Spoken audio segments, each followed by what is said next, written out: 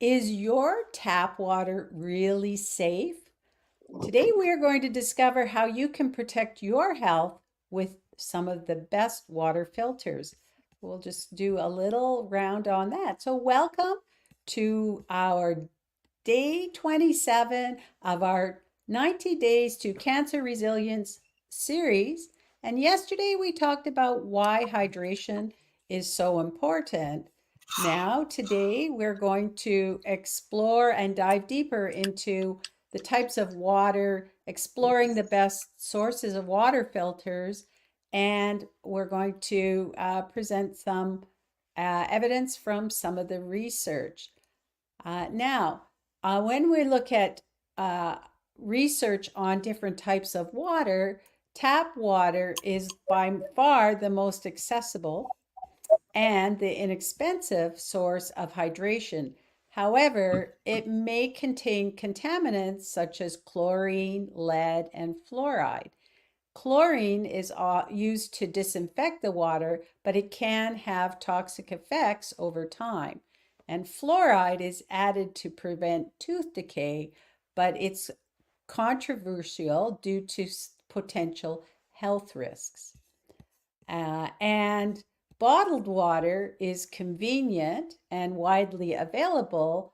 There are several options between spring water, mineral water, distilled water.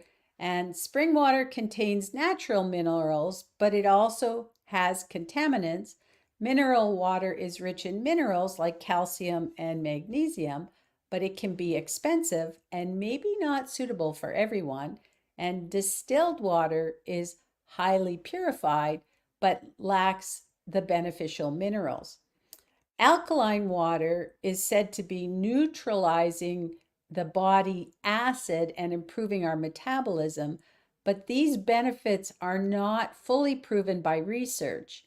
And it is more expensive, and often the marketed health claims need more scientific backing. So they are still, the jury is out on the alkaline water. And filtered water is a great middle ground. Using a home filtration system can remove contaminants from our tap water, make the drinking water safer. And there are several types of filters, such as carbon filters and reverse osmosis systems. And we are going to dive into water filtration options today. This is our big topic. All right, so let's get going on that part. Okay, let's start with our. I don't know what I did. All right. I'm looking at the screen. It says Walter Filter options, pros and Okay. cons. Yeah, I lost the screen. Okay. So we start with our carbon filter, right? Okay. So a carbon filter uses activated carbon to remove impurities and contaminants through absorption. And the pros to that are that it's effective at removing chlorine, sediment, VOCs, improving the taste and odor. It's relatively affordable and easy to install. And then you can get it in various forms, like your faucet filter. You can have a countertop unit. You can get a pitcher filter like a Brita or a Pure. Now, the cons on that one are that it has limited effectiveness against heavy metals, fluoride, and nitrates, and it does require regular replacement of the filters as well. Hang on, let me see. All right, I found us again. Okay. Da, da, da, da. And right. Technical difficulties today. All right. There is the reverse osmosis system, which uses semi-permeable membranes to remove the wide variety of contaminants, including heavy metals, fluoride, and nitrate. On that side, it does provide a highly purified water by removing most of the contaminants, and it often includes multiple stages of filtration for added effectiveness. On the con side, it is more expensive to purchase and install compared to other filtration methods.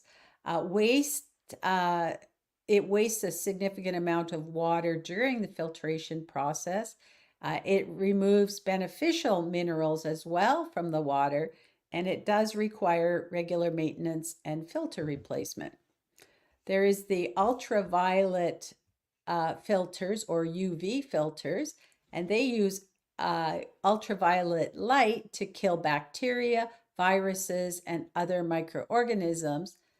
It's effective at disinfecting the water and killing harmful pathogens, and it does not add any chemicals to the water.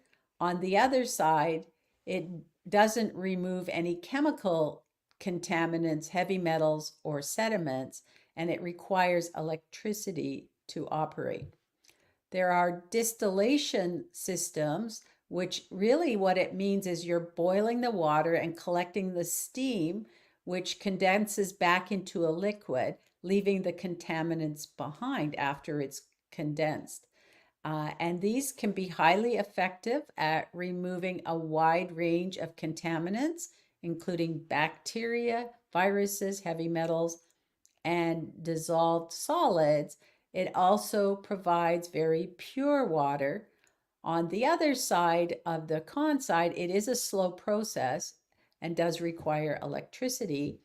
It removes the beneficial minerals along with the contaminants, and it can be expensive to purchase and operate. On that one, you could actually make your own home distillation system if you wanted to, but I think that would really be slow for you, but it is possible to do a kind of something at home, uh, but maybe not practical. There is the ceramic filters as well. So I'm going to move to the next page for the ceramic filters. They use porous ceramic material to filter the bacteria, protozoa, and other microorganisms. It is effective at removing bacteria and protozoa. It has a long lifespan and can be cleaned and reused, but it does have limited effectiveness against viruses and chemical contaminants.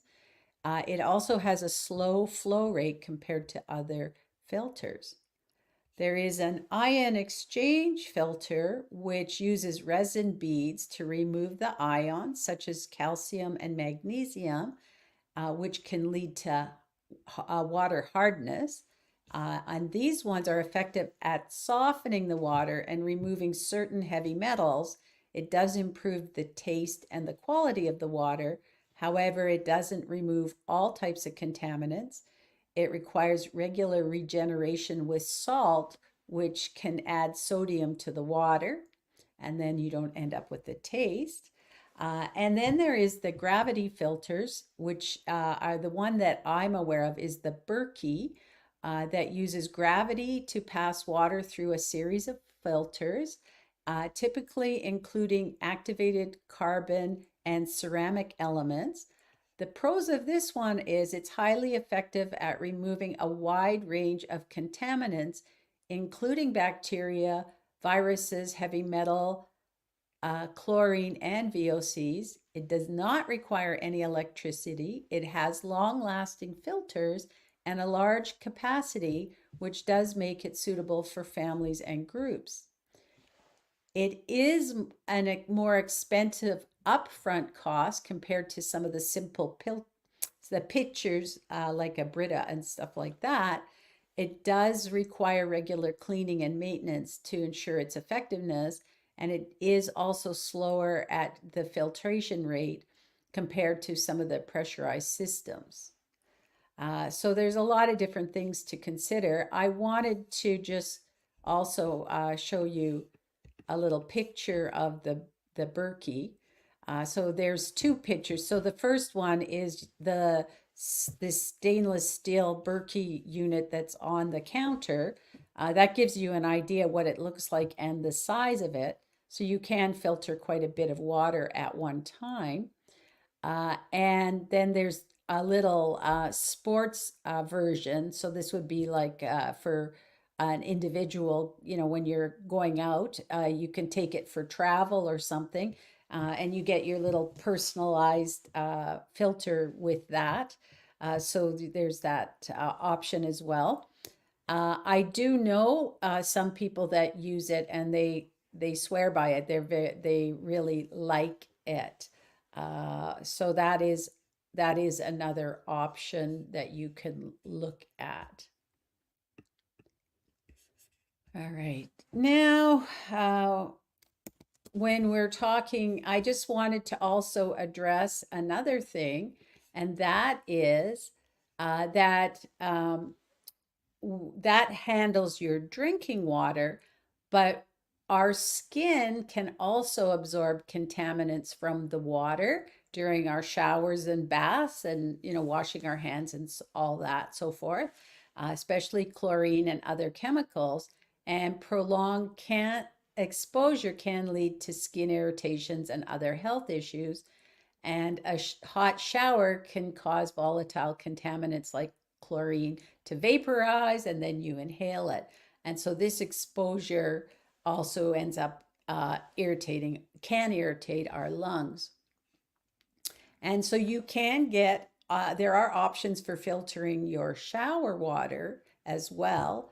And the shower head filters attach directly to your shower head and use carbon or KDF to remove chlorine and other impurities. And KDF is kinetic degradation fluxation. So the pros of the shower head filter is it's easy to install and relatively affordable. It reduces your chlorine, heavy metals, and other contaminants, and it improves the quality of your shower water, reducing skin irritants and dryness. Excuse me. And on the con side, it does require regular replacement of the filter cartridges and may slightly reduce your water pressure. You can also get a whole home water filter, and will be installed at the point of entry of your home's water supply, filtering all of the water that comes into your home. It does provide clean filtered water for all uses, including drinking, cooking, bathing, laundry. It reduces a wide range of contaminants, including chlorine, sediments, and heavy metals. It is long lasting and low maintenance compared to the individual filters for the faucet, but it does have a higher upfront cost and installation that requires a professional, and it may not remove all contaminants depending on the system. And this is the option that I went with, along with I have the reverse osmosis for my drinking water in my kitchen. Now, it definitely, so I was able to rent it, which reduces the upfront cost, but now I have an ongoing cost. It gives me my own self personal um, peace of mind, if you will. And it's easy and I don't need to think about it, which was really important for me. And it definitely was an, I'll say it was an experience to go through the installation process. The plumber took all day, and then because our house is older, I'm not going to go into it, but we definitely had some fun times with getting that installed, kind of retrofitting it into our older house. But it is a good option. Kind of, for me, I can set it and forget it. And the company that I rented from, they actually will send out the filters and somebody will come I can arrange somebody to come and change up all the filters for my reverse osmosis system as well on that end. So it works fairly well for me. Now, before I go to questions, I wanted to just read you something because I think I said yesterday the jury is really out in terms of the water and what's the right thing to do for our water. There's all sorts of different opinions on it. And I wanted to read something from Nicolette Richet that she said about it. She's one of my mentors. And she says that here, just quickly, um, uh, if our water is if our water is so terrible, why wouldn't the government intervene and fix it? You might be wondering. Surely they wouldn't let people drink unhealthy water. Yes, it is our local government's job to keep our water safe and clean. They do their best, but it's usually not enough as they are working hard to meet the minimum standards for community health. Also, there's a large disagreement about what's considered safe and what's not. Sometimes scientists still insist that chlorine is fine, well, for example, while others insist that it's undeniably linked to cancer. But the question becomes, are we going to wait for the scientists to finish arguing about our water safety and come to a consensus? Are we going to sit around and wait until the science catches up with reality? Are we going to wait while the toxicity accumulates in our systems with every glass of water we drink? In my opinion, and this is Nicolette's opinion, we can't afford to sit back and wait. We can't place our health in other people's hands and trust that everything is fine and safe. We have to take personal responsibility for our own bodies. And that's really, I guess, the message that I wanted to make sure that you get is that it's up to you to do your research and decide what's right for you and what you believe, and that's all fine. And just think of it as your own personal responsibility to decide what is right for you. And now we can go to questions on that note. Um, all right. Kathy, I just wanted to know you had asked a question yesterday about does carbonated water cause kidney or bladder stones? And so here's what I found that there is and has been some concern about whether drinking carbonated water can lead to the formation of kidney or bladder stones. And your kidney and bladder stones are hard deposits of mineral and salts that form in the kidney and bladder, and they can cause severe pain and discomfort as they pass through the urinary tract. It's supposedly, from my understanding, almost equivalent to having a baby. I don't know if anybody can verify that, but at any rate, it's very painful from what I understand. And carbonated water is simply water that has been infused with carbon dioxide gas under pressure. It can also add minerals such as sodium, calcium, or magnesium, depending on the brand. And there have been some studies that found that there is no direct link and there's no substantial evidence to suggest that carbonated water directly causes kidney or bladder stones.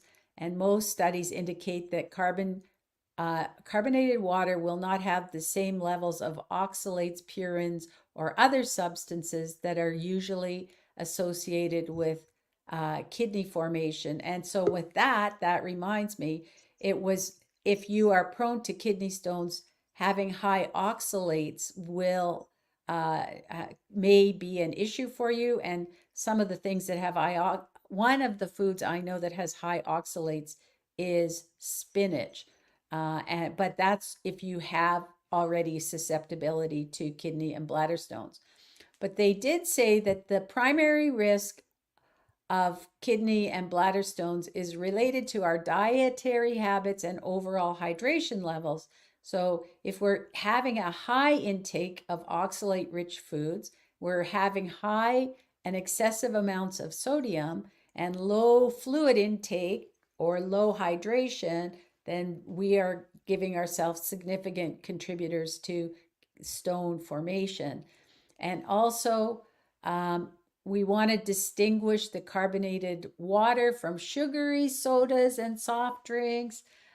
Those sugary drinks and soft drinks do contain phosphoric acid, which may increase your risk for kidney stones, but not the same for our plain carbonated water. So I guess moderation is generally considered safe for our carbonated water, and it's really key to hydrate, hydrate, hydrate, which is what we've been talking about. And now that with that answer, I'm going to go back. Kathy, any questions? So what I interpreted what you just said is if you're drinking water, don't let it all be carbonated. Probably yes. That you Okay. moderation. I don't know. It's always what is moderation? I was gonna say because I like it with like lemon, with a slice of lemon or some raspberry syrup or something like that. Yeah. It makes it more pleasant. Oh yeah, and lemon is beautiful to have with your carbonated water. Yeah. Like right now, I have carbonated water when I go out, if I go out for a drink, but I might start having it at home as well. Yeah, I have it at home. Yeah. Because Costco, my favorite store, sells like a 24 pack. Yes. And I had the stream soda stream, and I loved that because I could just take my filtered water from my tap, put it in, and I'd have this beautiful bottle of carbonated water. However, my soda stream broke and I did not replace it. But maybe I will. I don't know. Yeah, we'll see. It's the jury is out on that one. Um, yeah, any other questions on today's topic? So I have the Kirkland equivalent of the Brita, Yeah. and I'm happy with that. And so that's going to be very similar, and it does remove some of those filters, and that's good for you. All right.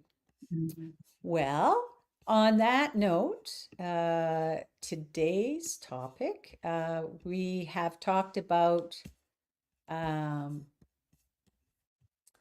exploring different types of water and the best sorts of water filters, and understanding kind of that bit about the quality and the type of water you consume is crucial for your hydration and your health.